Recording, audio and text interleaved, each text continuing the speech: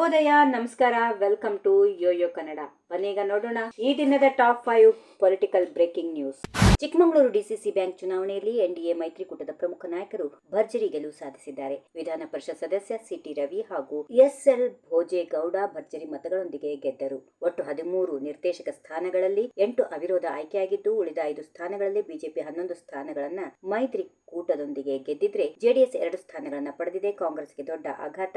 ಇದು ಆಡಳಿತ ಪಕ್ಷಕ್ಕೆ ದೊಡ್ಡ ಮುಖಭಂಗವಾಗಿದೆ. ವಿದೇಶ ಪ್ರವಾಸದಿಂದ ಮರಳಿದ ತಕ್ಷಣವೇ ಲೋಕೋಪಯೋಗಿ ಸಚಿವ ಸತೀಶ್ ಜಾರಕಿಹೊಳಿ ಅವರು ಸಮಾಜ ಕಲ್ಯಾಣ ಸಚಿವ ಎಚ್ ಸಿ ಮಹದೇವಪ್ಪ ಅವರನ್ನ ರಹಸ್ಯವಾಗಿ ಭೇಟಿಯಾಗಿದ್ದಾರೆ.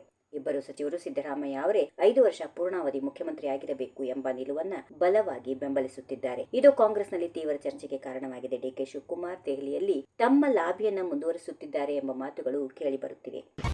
ಸಚಿವ ಪ್ರಿಯಾಂಕ್ ಖರ್ಗೆ ಅವರು ಜೆಡಿಎಸ್ ಪಕ್ಷ ನಿರ್ನಾಮವಾಗಿದೆ ಎಂದು ವ್ಯಂಗ್ಯ ಮಾಡಿದ್ದಕ್ಕೆ ಕೇಂದ್ರ ಸಚಿವ ಎಚ್ ಡಿ ಕುಮಾರಸ್ವಾಮಿ ತೀವ್ರ ಪ್ರತಿಕ್ರಿಯೆ ನೀಡಿದ್ದಾರೆ. ಪ್ರಿಯಾಂಕ್ ಖರ್ಗೆ ಯಾರೂ ನಮ್ಮನ್ನು ಚರ್ಚಿಸಲು ನಮಗೆ ಅವರ ಸರ್ಟಿಫಿಕೇಟ್ ಬೇಕಿಲ್ಲ ಎಂದು ಕಿಡಿಕಾರಿದ್ದಾರೆ. ಕಾಂಗ್ರೆಸ್ನ ದುರಹಂಕಾರದಿಂದಲೇ ಅದು ಈ ಸ್ಥಿತಿಗೆ ಬಂದಿದೆ ಎಂದು ವಾಗ್ದಾಳಿ ನಡೆಸಿ ಬಿಹಾರ್, ಮಹಾರಾಷ್ಟ್ರದ ಸ್ಥಿತಿಯನ್ನು ಉದಾಹರಣೆಯಾಗಿ ನೀಡಿ ಕರ್ನಾಟಕದಲ್ಲೂ ಮುಂದಿನ ಚುನಾವಣೆಯಲ್ಲಿ ಇದೇ ಆಗಬಹುದು ಎನ್ನುವ ಎಚ್ಚರಿಕೆಯನ್ನ ನೀಡಿದ್ದಾರೆ.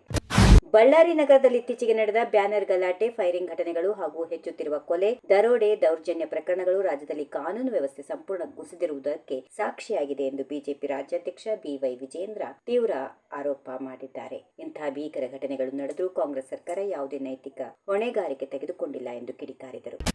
ರಾಜ್ಯದಲ್ಲಿ ಸಿಎಂ ಬದಲಾಗುತ್ತಾರೆ, ಡಿಕೆ ಶಿವಕುಮಾರ್ ಸಿಎಂ ಆಗುತ್ತಾರೆ ಎನ್ನುವ ವದಂತಿಗಳಿಗೆ ವಸತಿ ಸಚಿವ ಜಮೀರ್ ಅಹಮದ್ ಖಾನ್ ಟಾಂಗ್ ಕೊಟ್ಟಿದ್ದಾರೆ. ರಾಜ್ಯದಲ್ಲಿ ಯಾವ ಕ್ರಾಂತಿಯೂ ಇಲ್ಲ, ಭ್ರಾಂತಿಯೂ ಇಲ್ಲ. ಸಿಎಂ ಬದಲಾವಣೆ ನಮ್ಮ ಕೈಯಲ್ಲಿಲ್ಲ. ಹೈಕಮಾಂಡ್ ಯಾರನ್ನೇ ಸಿಎಂ ಮಾಡಿದ್ರೂ ನಾವು ಒಪ್ಪಿಕೊಳ್ಳುತ್ತೇವೆ. ಬೀದಿ ದಾಸನನ್ನೇ ಮಾಡಿದ್ರೂ ಒಪ್ಪಿಕೊಳ್ಳುತ್ತೇವೆ ಎಂದು ಸ್ಪಷ್ಟಪಡಿಸಿದ್ದಾರೆ. ಈ ವಿಡಿಯೋ ನಿಮಗೆ ಇಷ್ಟವಾದಲ್ಲಿ ಲೈಕ್ ಮಾಡಿ, ಶೇರ್ ಮಾಡಿ, ಸಬ್ಸ್ಕ್ರೈಬ್ ಮಾಡಿ.